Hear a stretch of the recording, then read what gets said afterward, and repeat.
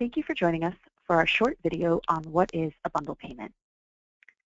In a bundle payment model, a payer, such as Medicare, sets a single price for all of the services necessary to treat an individual when they're experiencing a particular episode of care. The idea is that the payer sets a single price as opposed to paying all of the different providers who may be treating the patient separately and in a way that's not coordinated. So instead of, for instance, with an individual who's experiencing a hip replacement, instead of paying the hospital for its services, the physician for its services, the tests and the drugs, et cetera, everything separately, it looks at all of the costs that traditionally are spent for an episode of care tied to a particular condition, and it sets a price. And then a single entity takes responsible for managing the costs of all of the services provided to the individual related to that episode to ensure that the total costs do not exceed the target price. Episodes can be structured in a number of different ways. They may include acute care costs only, they may include post-acute care costs only, or they may include both acute and post-acute care costs. So let's look at that in a little more detail. So again, episodes are defined by the condition that the payer is paying for, the scope of services with respect to that condition. So again, whether or not we're looking at just acute care services or post-acute care services or both, and the duration of the episode. So in an acute care model, and if you're considering the bundled payment for care improvement or BPCI initiative under Medicare, this relates to models 1 and 4. These are both acute care only models, so only the costs around the acute event are included. So this would be your hospital costs, your physician costs, and any other costs that are associated with that hospitalization. You then have your acute and post-acute care bundles. And again, with respect to BPCI, this is CMS model number 2. And again, so you would have all of those costs associated with the acute care stay, but then you would also include any costs associated with post-acute care. So in our hip replacement example, if the individual leaves the hospital and goes to a rehab facility for a short period of time and then is discharged to the home with home health, all of those costs are included in this bundled payment. Finally, you have your post-acute care model only, and this is that the bundle starts when the individual is discharged from the acute care facility. So again, in our hip example, this would be your rehab costs, your home health costs, any of your skilled nursing costs that occur after the discharge from the hospital. Now, bundles are structured to last for a specific duration. Common demarcations are 30 days, 60 days, and 90 days post-discharge. So using, for instance, a 60-day model and the acute and post-acute care bundle, the bundle payment convener is responsible for all of the costs for the services related to that episode for the acute care stay plus 60 days after. And when you're looking at the post-acute care time period, if that individual ends up back in the acute care setting, so for instance is readmitted to the hospital, and it's related to the condition for which the bundle payment is for, those costs are also included in the set price.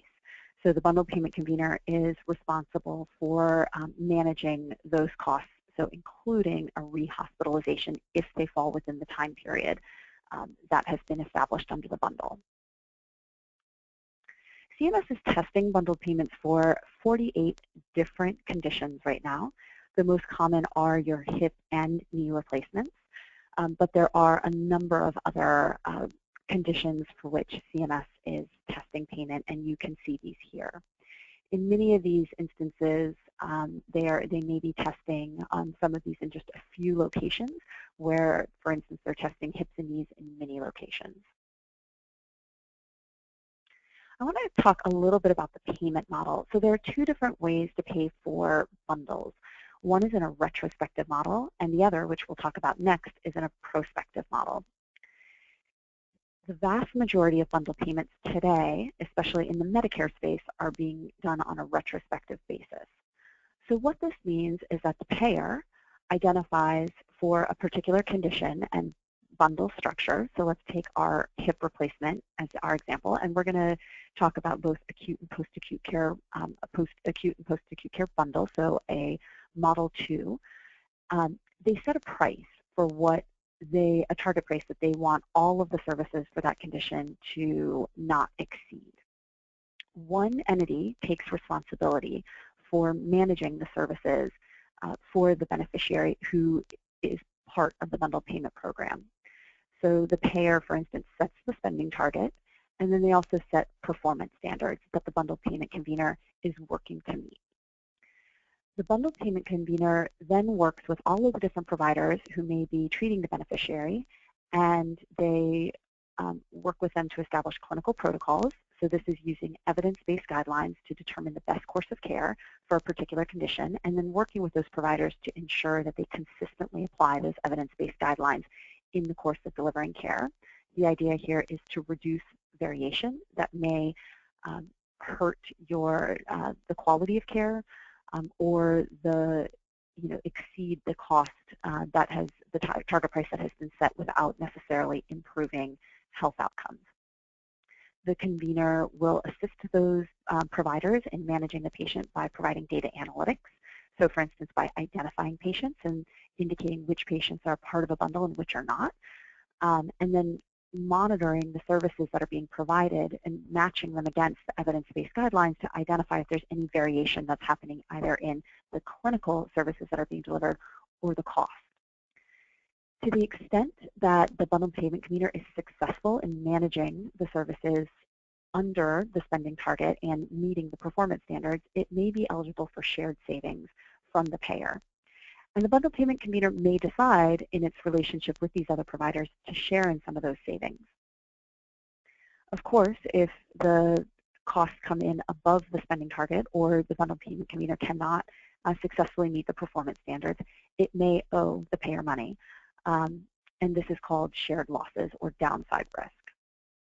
In order to be successful, the bundled convener must have a strong care management infrastructure in place to really manage the care of that beneficiary.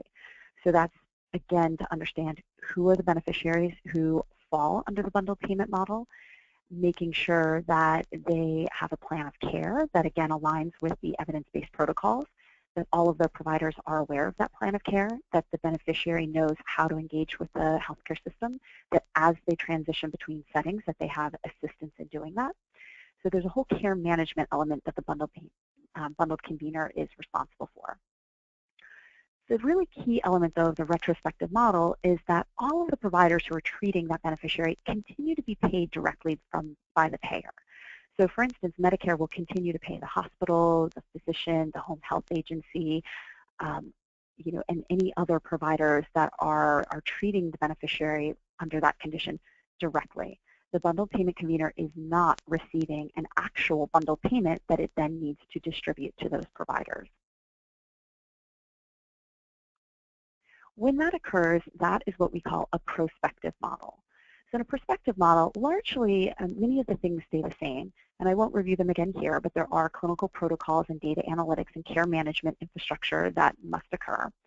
But in this model, instead of the payer continuing to pay all the different providers who touch the patient, instead they make a single lump sum payment, so an episodic payment, sometimes also referred to as a bundled payment, to the convener. And that convener then assumes responsibility for making payments to all of the providers who treat the beneficiary during that bundle. So this is the real difference between retrospective and prospective models of bundles. I will say that, again, the most common by far model right now is a retrospective model. It is much easier to implement.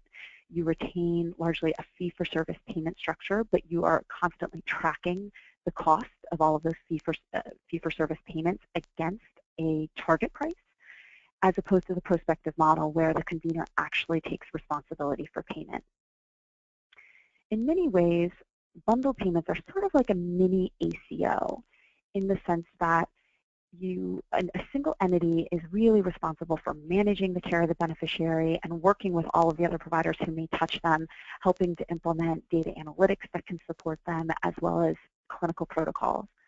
But in the bundled payment arrangement, you're really just looking at a single condition. So if during the time that you're working with a patient who falls under the bundled payment, so for instance, you are, again, our hip replacement example, the bundled payment convener is responsible for this person.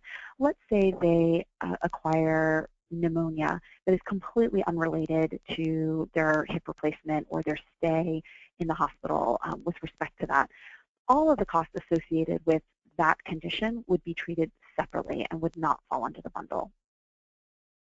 I hope you've learned a bit about what a bundled payment is. Please continue to refer to the website for more information and let us know if we have any questions that we can answer. Thank you.